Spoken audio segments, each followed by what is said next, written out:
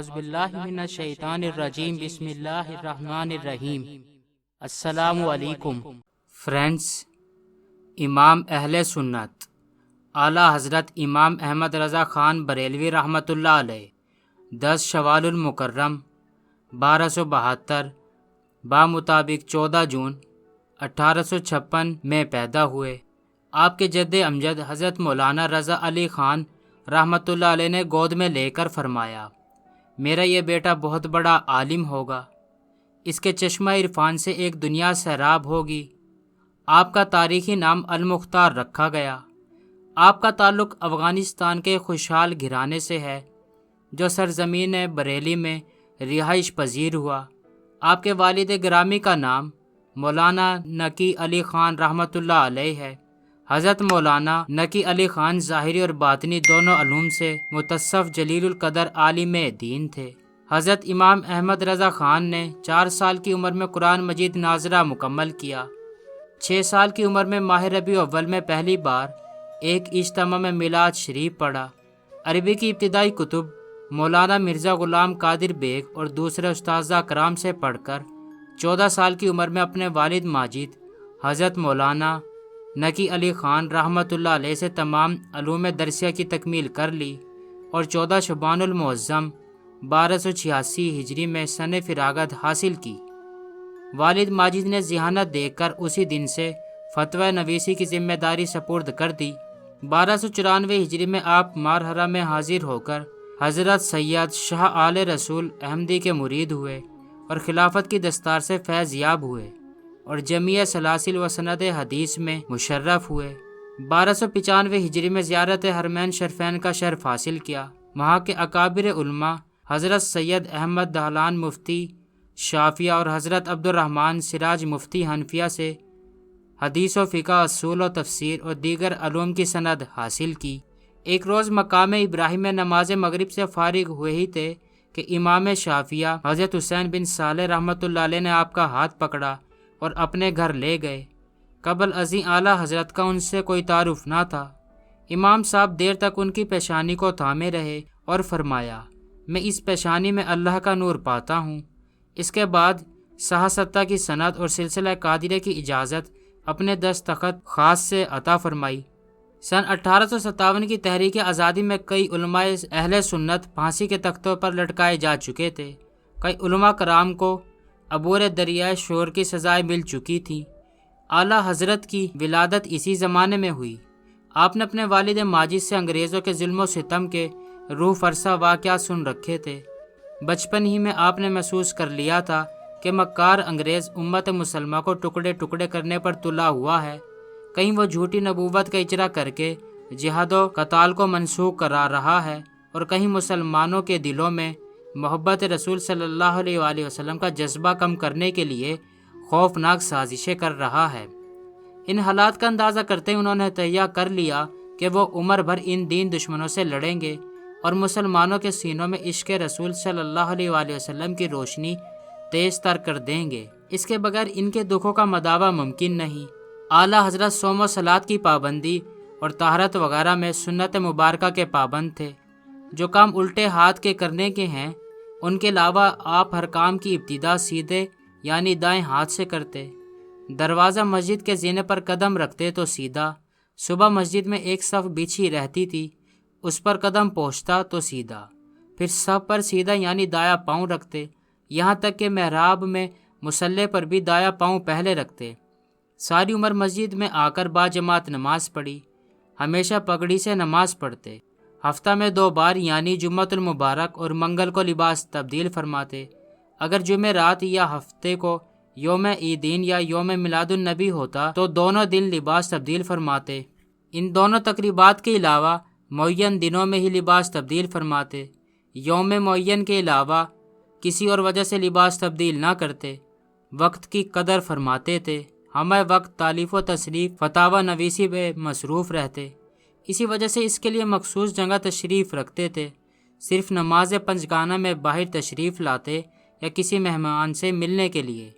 بعد از نماز جمعۃ المبارک اور روزانہ بعد از نماز عصر پھاٹک میں چرپائی پر تشریف رکھتے اور چاروں طرف کرسیاں رکھ دی جاتی۔ یہی وقت عام لوگوں کی ملاقات کا تھا۔ لوگوں کے براہ راست خطوط میں پوچھے گئے مسائل کا جواب دیتے۔ آپ نحیف الجثہ اور نہایت قلیل الغذا تھے۔ آپ کی عام غذا چکی کے پیسے آٹے کی روٹی اور بکری کے گوشت کا قورمہ تھا۔ آخر عمر میں آپ کی غذا اور بھی کم رہ گئی تھی۔ آپ کی ذات الحب للہ والبغض للہ کی زندہ تصویر تھی۔ اللہ تبارک و تعالی اور رسول کریم رؤوف الرحیم صلی اللہ علیہ وآلہ وسلم سے محبت رکھنے والے کو اپنا عزیز سمجھتے تھے، جبکہ اپنے مخالف سے نہ تو کبھی بدخلقی سے پیش آتے، نہ ہی کبھی ذاتی دشمن سے سختی کلامی فرماتے۔ آپ کی زندگی اتباع سنت مبارکہ کے انوار سے منور ہے۔ آپ نے بعض ایسی سنتوں کو جن کے لوگ تاریک تھے زندہ فرمایا۔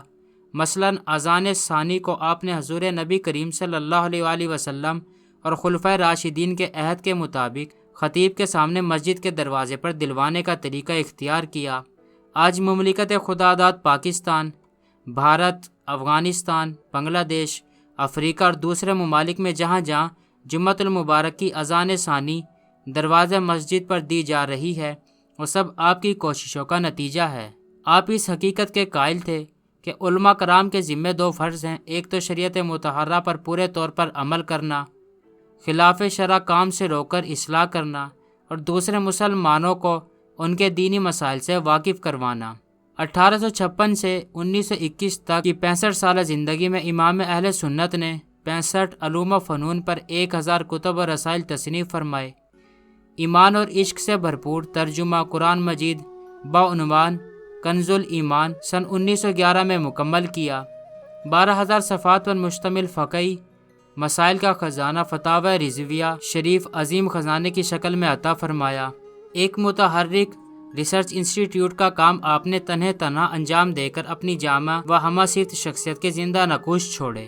آپ کی ذہانت کا یہ عالم تھا کہ طویل عبارت ایک نظر دیکھنے سے ازبر ہو جاتی۔ تذکرہ نوری میں خود آپ کی یہ روایت درج ہے، بعض ناواقف حضرات میرے نام کے ساتھ حافظ لگا دیتے ہیں، حالانکہ میں حافظ نہیں ہوں۔ ہاں یہ ضرور ہے کوئی حافظ صاحب کلام پاک کا رکو مجھ کو سنا دیں اور پھر دوبارہ مجھ سے سن لیں۔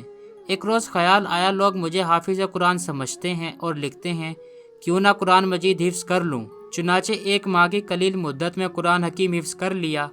لطف یہ کہ روزانہ 1 پارہ حفظ کرنے کے باوجود معمولات میں فرق نہیں آنے دیا، سب امور حسب معمول انجام دیتے رہے۔ بس تھوڑا سا وقت نماز مغرب کے بعد حفظ قرآن مجید کے لیے نکال لیتے۔ اعلیٰ حضرت طاغوتی طاقتوں کے بڑھتے ہوئے سیلاب کے سامنے ہمیشہ چٹان بن کر کھڑے ہو جاتے تھے۔ گستاخانہ ذہنیت کے پھیلتے اور بڑھتے ہوئے جراثیم کو ختم کر کے انہوں نے قرآن مجید و حدیث پاک کی روشنی میں اسلام کی صحیح تصویر پیش کی اور بیمار دلوں سے کہا کہ وہ شفا خانہ حجاز سے درد کا درماں حاصل کریں۔ قادیان نے جب بلند بانگ دعوے کیے تو آپ نے اس کی کلی کھول کر رکھ دی، اس کے رد میں کتابیں تصنیف فرمائی۔ حضور نبی کریم صلی اللہ علیہ وآلہ وسلم سے آپ کو بے حد عشق تھا۔ جب کوئی حاجی بیت اللہ شریف سے واپس آتا، آپ اسے دریافت فرماتے کہ حضور نبی کریم صلی اللہ علیہ وآلہ وسلم کی بارگاہ عالی مرتبت میں حاضری تھی۔ وہ ہاں کہتا تو فوراً اس کے قدم چوم لیتے۔ آپ کے حالات میں کہ جب آپ سونے کے لیے لیٹتے تو لفظ محمد کی شکل بنا لیتے۔ زندگی بھر آپ کی خواہش رہی کہ مدینہ طیبہ میں ایمان کے ساتھ موت اور بقیع مبارک میں خیر کے ساتھ دفن ہونا نصیب ہو۔ آپ جب دوسری مرتبہ مدینہ منورہ گئے تو حضور نبی کریم صلی اللہ علیہ وآلہ وسلم کی بارگاہ بے کس پناہ کی حاضری کے وقت دل میں یہ تمنا ابھری کہ کاش بیداری کی حالت میں بھی جمال جہاں آرا کی زیارت نصیب ہو جائے۔ اس خیال نے اس قدر بے تاب و بے قرار کیا کہ حالت غیر ہو گئی۔ اس عالم میں یہ غزل کہی، وہ سوئے لالا زار پھرتے ہیں، تیرے دن اے بہار پھرتے ہیں۔ پھر آپ کے دل کی مراد بر آئی۔ آپ بیداری میں حضور کریم صلی اللہ علیہ وآلہ وسلم کی زیارت سے مشرف ہوئے۔ اعلیٰ حضرت نے 25 صفر المظفر 1340 ہجری کو جمعۃ المبارک کے روز عین اذان جمعۃ المبارک کے دوران جب مؤذن نے حی علی الفلاح پکارا وصال فرمایا۔ اس دوران آپ نے وصیت فرمائی سینے پر دم آنے تک سورہ یاسین اور سورہ رعد پڑھی جائے، درود شریف بھی متواتر پڑھا جائے، رونے والے بچوں کو دور رکھا جائے، قبضے روح کے فوراً بعد آنکھیں بند کر دی جائیں اور ہاتھ پاؤں سیدھے کر دیے جائیں، بسم اللہ وعلی ملتی رسول اللہ کہہ کر نزا میں ٹھنڈا پانی پلایا جائے۔ میت پر آہو بکا نہ کی جائے۔ غسل اور کفن سنت مبارکہ کے مطابق ہو۔ مولانا حامد رضا خان رحمۃ اللہ علیہ فتاوی میں تحریر کی ہوئی دعائیں یاد نہ کر سکیں تو مولانا امجد علی اعظمی نماز جنازہ پڑھائیں۔ قبر تیار ہو جائے تو سرہانے کی طرف الف لام میم سے مفلحون تک آیات مبارکہ پڑھی جائیں۔ فاتحہ میں طویل وقفہ نہ کیا جائے۔ میری فاتحہ کا کھانا صرف غربا کو کھلایا جائے۔ دعا ہے اللہ پاک آپ کی قبر پر کروڑوں رحمتیں نازل فرمائے، آپ کو جنت الفردوس میں اعلیٰ سے اعلیٰ مقام عطا فرمائے، آمین۔